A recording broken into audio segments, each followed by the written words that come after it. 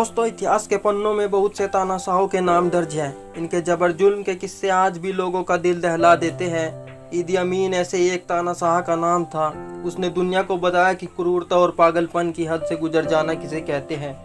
खुद को युगांडा का राष्ट्रपति घोषित कर देने वाला यह तानाशाह सच में किसी जल्लाद से कम नहीं था। तो आइए खुद को ब्रिटिश साम्राज्य का विजेता कहने वाले इस तानाशाह के जुल्म की कहानी जानने की कोशिश करते हैं। दोस्तों, युगांडा के कोबोको में जन्म लेने वाले ईदी अमीन के पिता बचपन में उन्हें छोड़कर चले गए थे। इस कारण मां ने जैसे तैसे उनका पालन पोषण किया, उसकी हर जरूरत का ख्याल रखा, यहाँ तक कि उसे पढ़ने के लिए स्कूल तक भेजा। किंतु 8वीं के बाद उसने पढ़ाई छोड़ दी। दोस्तों, चूंकि ईदी शुरू से ही उग्र स्वभाव का था, इसलिए उसने उग्रता का रास्ता चुना। वह शारीरिक रूप से खूब लंबा चौड़ा था। इसका फायदा उठाते हुए उसने मुक्केबाजी में अपनी किस्मत आजमाई। इसमें वह काफ़ी हद तक सफल भी हुआ। लगभग 9 वर्षों तक उसने मुक्केबाजी की। इस दौरान युगांडा के लाइट हैवीवेट चैंपियन खिताब पर उसका कब्जा रहा। बढ़ती उम्र के साथ उसके सपने भी बड़े हो रहे थे।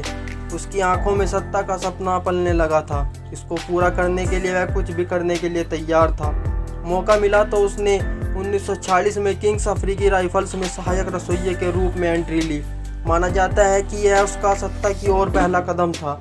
जल्दी वह अपनी आक्रामकता और तेजी के चलते ब्रिटिश अधिकारियों का ध्यान अपनी ओर खींचने में कामयाब रहा। उसे आगे चलकर इसका इनाम मिला।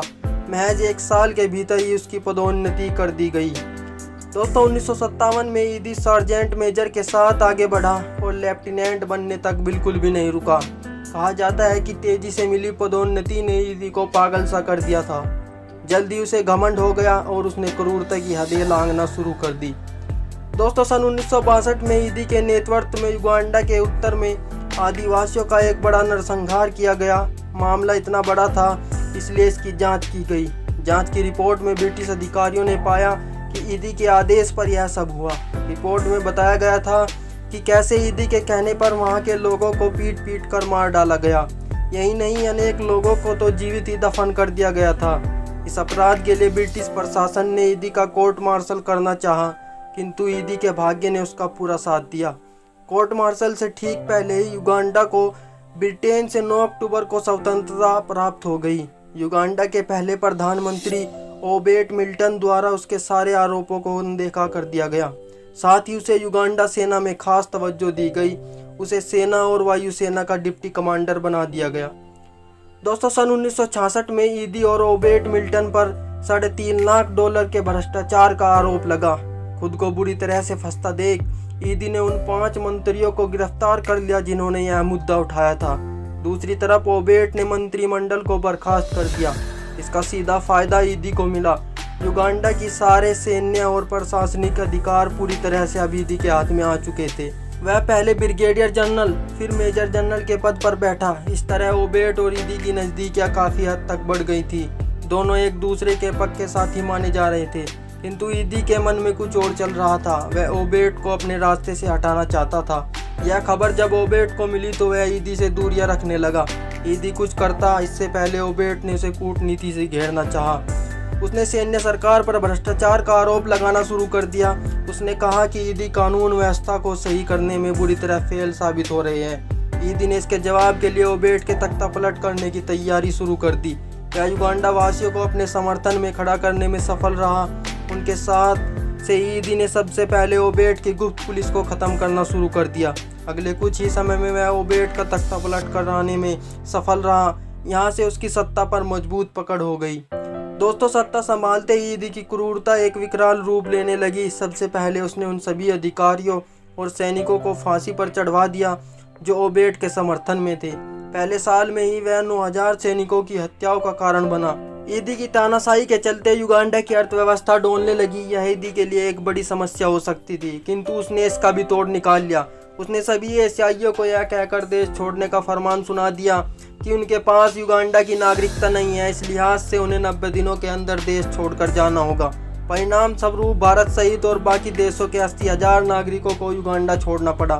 देश छोड़ते हुए ने ये आदेश भी दिए गए कि वे अपने साथ बस अपनी ज़रूरत का सामान ही ले जा सकते हैं। उनकी संपत्ति अब युगांडा सरकार के अधीन है, उस पर अब उनका कोई मौलिक अधिकार नहीं है। इस तरह 8 वर्षों तक प्रतिदिन ईदी के अत्याचार बढ़ते रहे।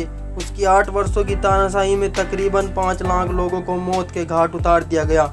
इन लोगों में बूढ़े, बच्चे और महिलाएं भी शामिल थी।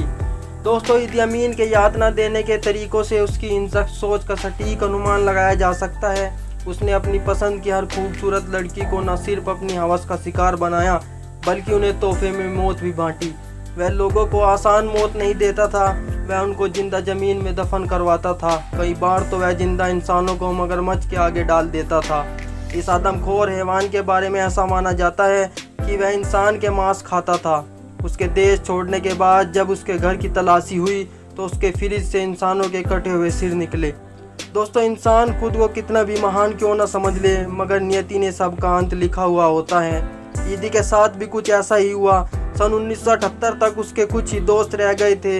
युगांडा के अंदर कई समस्याएं जन्म ले चुकी थी।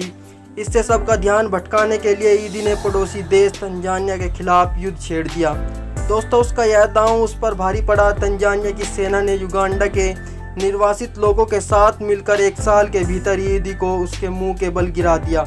ईदी को अपनी जान बचाकर युगांडा से भागना पड़ा। इसके बाद वह अपनी मृत्यु तक सऊदी अरब में निर्वासन में रहने पर मजबूर हो गया। दोस्तों, सऊदी अरब में 10 साल काटने के बाद उसने युगांडा वापस जाने की गलती की और पहचाना गया। जैसे तैसे वह फिर जान बचाकर दोबारा सऊदी अरब पहुंचा। अंत में उसके शरीर के कई सारे पार्ट्स ने काम करना बंद कर दिया और 16 अगस्त 2003 को उसकी मृत्यु हो गई। दोस्तों, ईदी अमीन जैसे तानाशाह का अंत यह बताता है कि इंसान भले ही खुद को खुदा घोषित क्यों न कर दे, मगर उसका अंत उतना ही बुरा होता है जितने बुरे उसके कर्म।